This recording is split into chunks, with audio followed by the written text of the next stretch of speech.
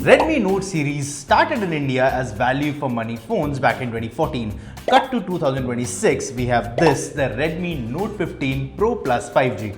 But has it retained the value for money DNA from the Note lineup or turned into something else along the way? We'll find the answer to that in this detailed, no-nonsense review, so let's start.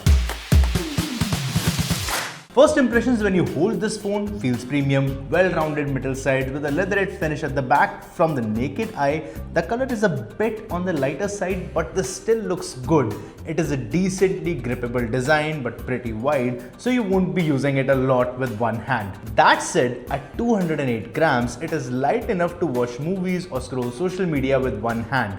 This design gets 4 IP ratings including IP69K, which is the gold standard for smartphones, so we think the build part is sorted. On the front, there's Gorilla Glass Victus 2 with a 6.83-inch Crystal Res AMOLED display, 1.5K 120Hz screen and 1800 nits high brightness sunlight mode for outdoor use. For social media and content consumption, this also gets HDR10 Plus and Dolby Vision compatibility in the display front. Touch sampling is really good for gaming and color reproduction is good too and accurate most of the times. And this also gets the cycle reading mode, so good screen for low light usage as well. Speaking of low light, the auto brightness is a bit on the higher side and you may have to dial it down a bit at times. However, the speakers are absolutely solid for the price. They are loud and at full volume you get close to 100 dB output.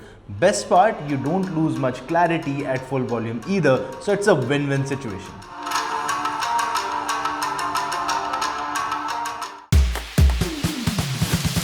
Coming to the cameras, let me address something here first. The Redmi Note 15 Pro Plus has a 200 megapixel primary and 8 megapixel ultra-wide sensor. Now pay attention here, 2 cameras, 4 camera bumps.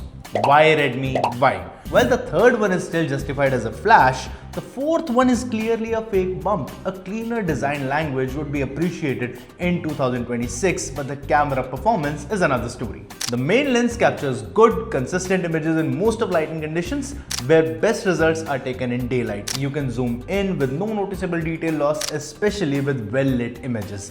There is 4K video recording support but no 4K 60 FPS, which is a miss. But the stability is good and video results are also detailed in most cases. The ultra-wide seems to have some fisheye or warping effect, especially if the subject is too close. It also requires more light to give it the best results, but back-end corrections keep the color consistency close to the main lens. Finally, the front shooter is a 32MP unit, and after using this lens, I would suggest you use the wide or ultra-wide for selfies. There's a lot of detail loss, especially with indoor lighting. Video quality is decent for video calls and short vlogs, but again, not so good if you're starting out as a creator.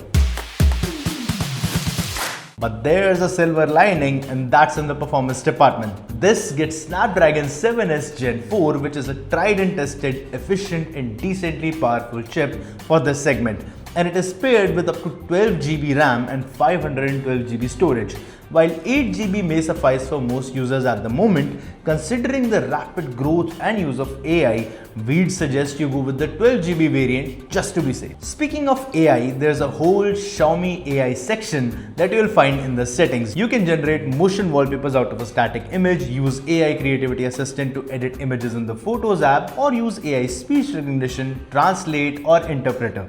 There's AI subtitles too, and it can transcribe calls and meetings for you in real time. Works well in most cases. However, the wallpaper generator turned the fountain heads of a photo into ducks and swans. There's a scope for improvement here, but it is a fun feature. Well, that's all about AI. This phone also gets good balance of performance and power efficiency.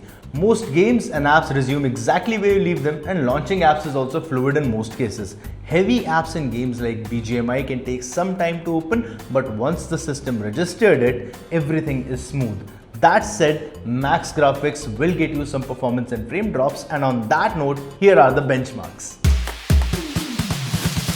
And before we move on to the battery section, here are some things I'd like to highlight for you. This phone gets Wi-Fi 6E, Bluetooth 5.4 and eSIM compatibility, which means you have fast Wi-Fi and Bluetooth along with the security of an eSIM. And if you don't want to use that, you can still use two physical SIM cards, which is exactly how it should be.